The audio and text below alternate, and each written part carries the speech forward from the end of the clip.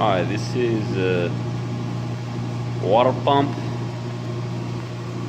Pump number 1 for the boiler number 1.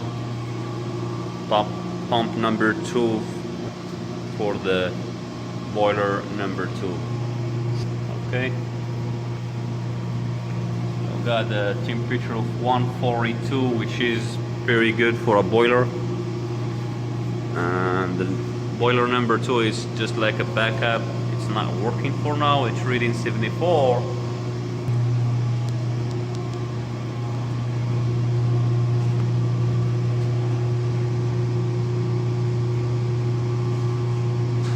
This is a thermometer for the hot water supply, and this is a pressure gauge for the water supply.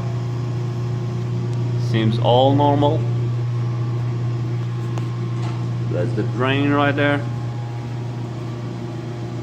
Okay. Normal number 2. Oh, that's perfect. And actually, this is a gas or natural gas boiler. We have the manifold inside this boiler here. We got pressure gauges, all accessories in here, valves, gas regulator.